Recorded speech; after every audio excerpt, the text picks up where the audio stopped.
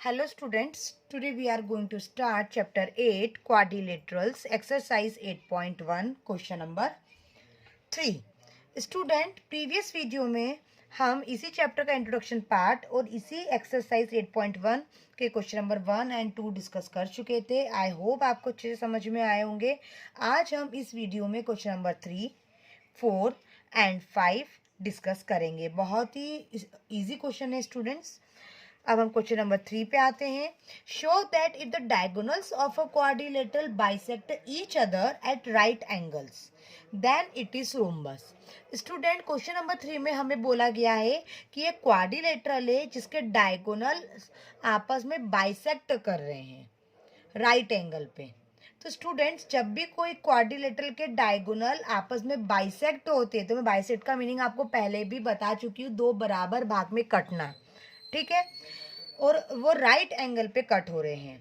तो जो क्वाड्रिलेटरल है हमें प्रूफ करना है कि वो रोम्बस है. तो स्टूडेंट्स हमारे पास क्वाड्रिलेटरल जो है उसको हमें रोम्बस प्रूफ करना है. तो रोम्बस की प्रॉपर्टी से सबसे पहले हमें रिकॉल करनी पड़ेगी कि रोम्बस की प्रॉपर्टी क्या होती है. तो स्टूडेंट्स रोम्बस की सबसे मेन प्रॉपर्टी ये होती है कि उसकी जो एडजेसेंट साइड्स होती हैं वो आपस में इक्वल होती है. ओके, तो मैं आपको डायग्राम के थ्रू बताऊंगी कि एडजेसेंट साइड्स क्या होती है. तो सबसे पहले हम डायग्राम बना लेते हैं, गिवन लिख लेते हैं और टू प्रूफ है ना लिख लेते हैं कि हमें क्या प्रूफ करना है. फिर हम प्रूफ करना स्टार्ट करेंगे. ओके, सो स्टूडेंट्स मैंने एक क्वाड्रिलेटरल बना लिया है जिसमें ए बी सी डी मैंने उस क्वाड्रिलेटरल के नाम दे दिए हैं. और इस क्वाड्रिलेटरल में ए सी और बी डी दो डायगोनल्स बना दिए हैं जो बीचों बीच एक दूसरे को बाइसेक्ट कर रहे हैं.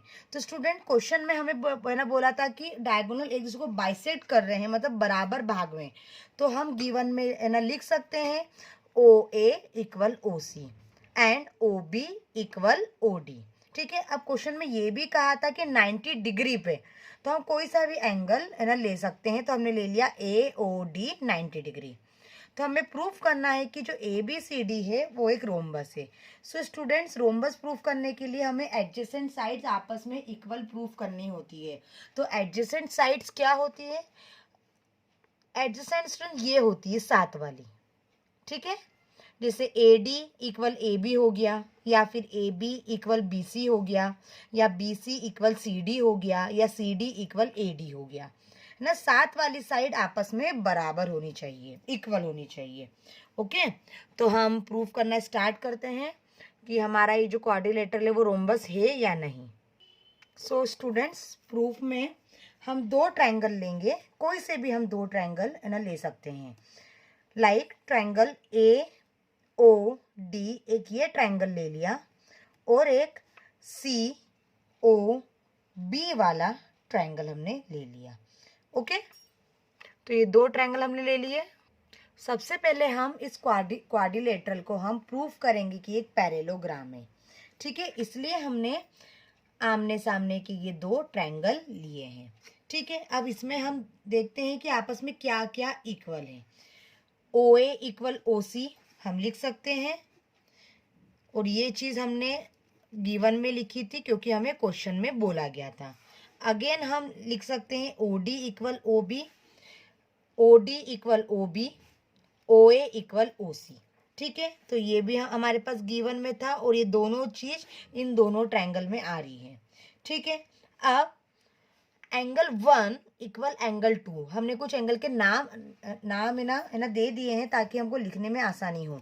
ठीक है, तो एंगल 1 इक्वल एंगल 2 लिख सकते हैं. ऐसा क्यों? Vertical opposite angle. ठीक है, वर्टिकल अपोजिट एंगल क्या होते हैं हम लाइन्स एंड एंगल चैप्टर 6 में डिस्कस कर चुके हैं.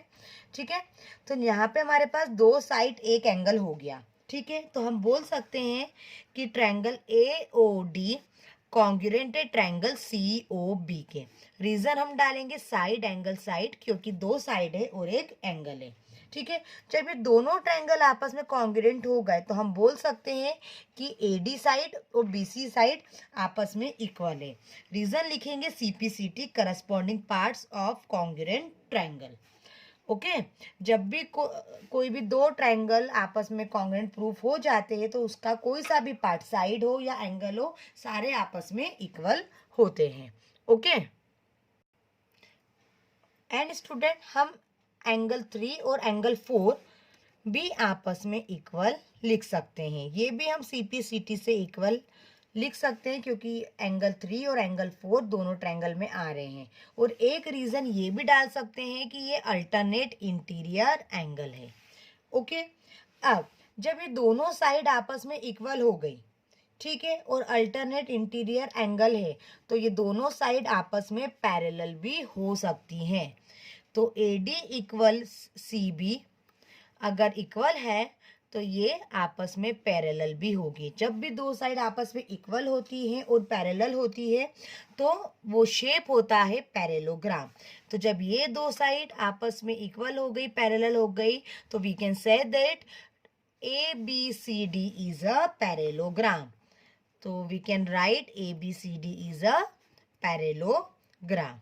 ओके, मीन्स हमारे पास ये क्वाड्रिलेटरल ABCD पैरेलोग्राम प्रूफ हो गया है। अब बाकी रह गया है कि ये हमें रोम्बस प्रूफ करना है। ओके, तो हम वापस से वही एंगल लेंगे, सॉरी, और ट्रायंगल लेंगे AOD। अब इसकी प्लेस पे हम लेंगे COD। ये वाला ट्रायंगल और ये वाला ट्रायंगल हमने क्यों लिया? क्योंकि इसमें ये साइड और ये साइड दोनों साथ में आ रही है और ये दोनों साइड आपस में कैसी है? एडजेसेंट साइड्स है। और एडजेसेंट साइड्स को इक्वल प्रूफ करना हमारे लिए ज़रूरी है क्योंकि जब एडजेसेंट साइड्स आपस में इक्वल होती है तो वो रोम्बस होता है। ओके, तो in triangle AOD and triangle COD, अब हम इसमें देखेंगे इसमें आपस में क्या क्या इक्वल है। इन दोनों ट्रायंगल में हम देखेंगे OA इक्वल OC, तो हम लिख सकते हैं OA इक्वल OC। ऐसा क्यों? ये गिवन में, ठीक है। अब इन दोनों ट्रायंगल में कॉमन क्या है? OD है, ठीक है। तो OD इक्वल OD, रीजन डालेंगे हम कॉमन। ओके, अब हम आते हैं नेक्स्ट स्टेप पे।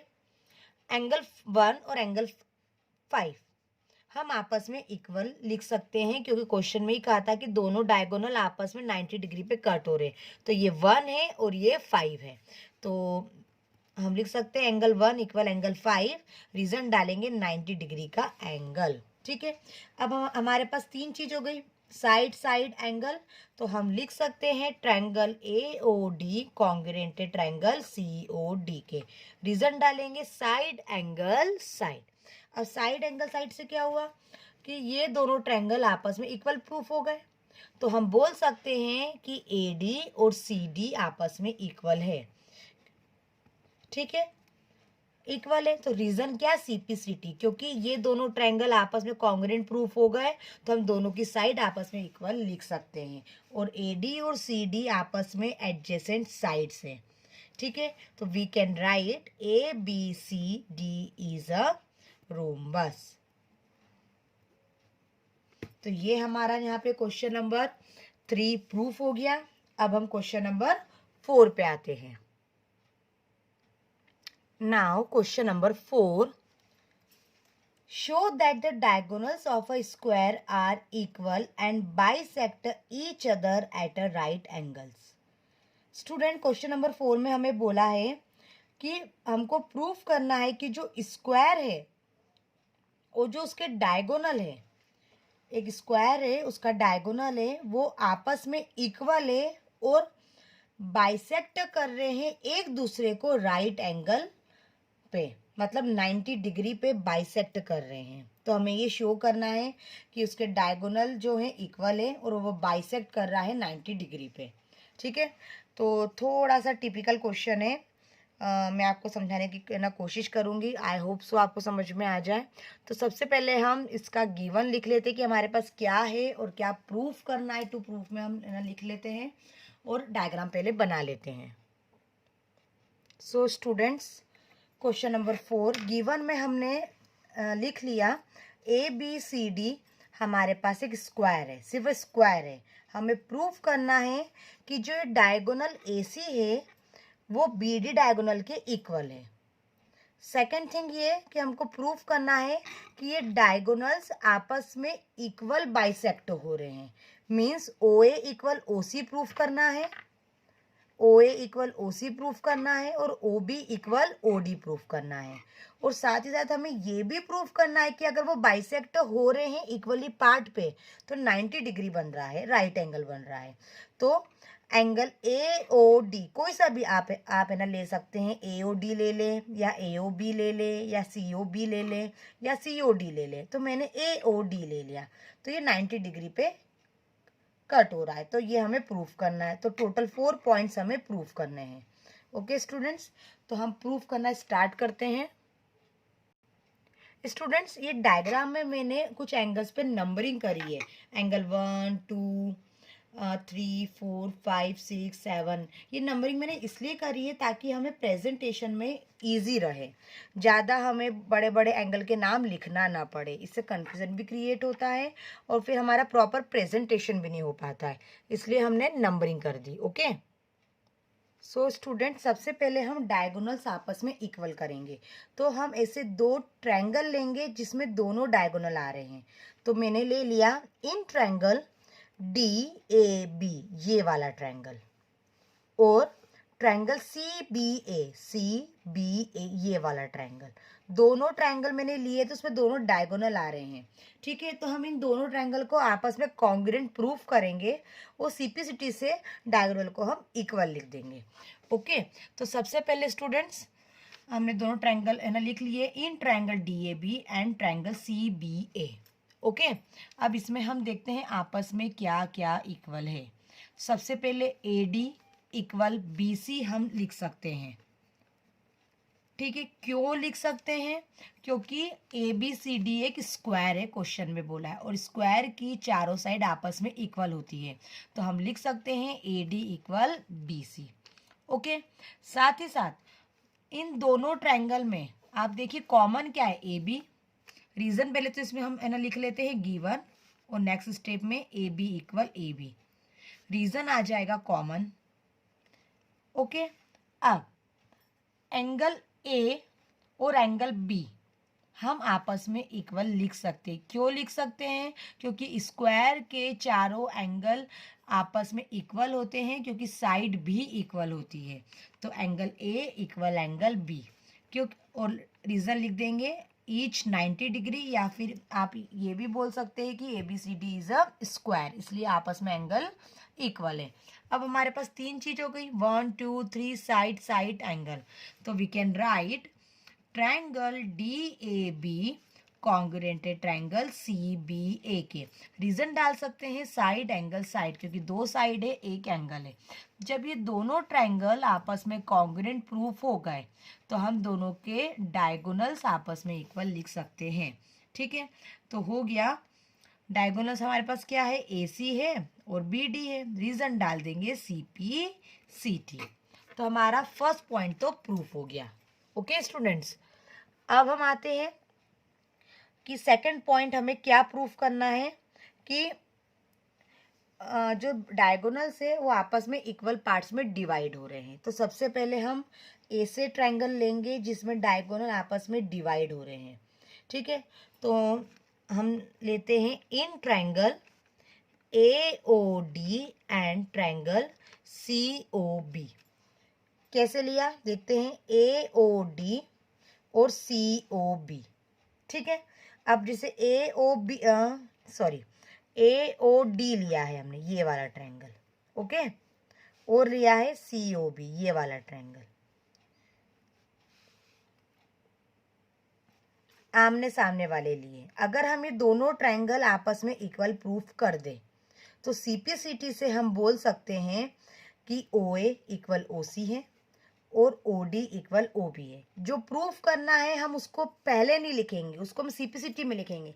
तो उसके लिए सबसे पहले हमको ये दोनों ट्रायंगल आपस में कॉन्ग्रुएंट प्रूफ करना जरूरी है। ठीक है, तो हमने लिख लिया in triangle A O D and triangle C O B. ठीक है, अब इसमें हम देखते हैं आपस में क्या क्या इक्वल है। अगर ये दोनों ट्रायंगल में हम देखें तो आपस में ए डी और बी सी इक्वल है। क्यों इक्वल है? क्योंकि ये पूरा स्क्वायर है, एक स्क्वायर की चारों साइड इक्वल होती है। तो हम यहाँ पे सिर्फ गिवन लिख देते हैं, गिवन में हमें पता है कि दोनों साइड आपस में इक्वल है।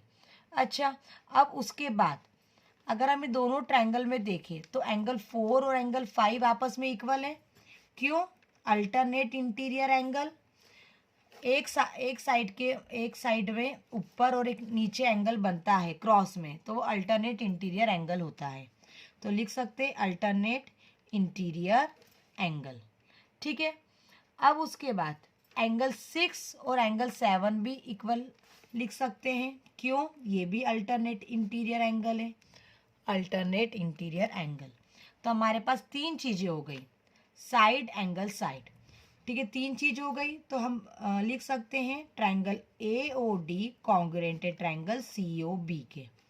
रीजन डालेंगे एंगल साइड एंगल, ये डालेंगे। ओके, अब जब ये दोनों ट्रायंगल आपस में कॉन्ग्रुएंट प्रूफ हो गए तो हम ये साइड इक्वल ये साइड लिख सकते हैं बाय सीपीसीटी, और ये साइड इक्वल लिख सकते हैं बाय सीपीसीटी। ठीक है, क्योंकि दोनों ट्रायंगल कॉन्ग्रुएंट प्रूफ हो गए हैं और जो हम इक्वल लिख रहे हैं वो इसी ट्रायंगल में आ रही है। ओके, तो O A equal O C and O D equal O B, by common लिख देती हूँ सीपीसीटी। तो ये हमारा सेकंड पार्ट और थर्ड पार्ट इक्वल प्रूफ हो गया। ठीक है, अब हम आते हैं डायरेक्ट फोर्थ पार्ट पे कि फोर्थ पार्ट में हमें प्रूफ करना है कि डायगोनल आपस में बाइसेक्ट तो हो रहे हैं पर 90 डिग्री पे हो रहे हैं। ठीक है, तो अब उसके लिए भी हमें एंगल चूज करना पड़ेगा। तो हम एंगल चूज कर लेते हैं triangle A O D and C O D, ये वाला। ठीक है, ये दोनों ट्रायंगल ले लेते हैं।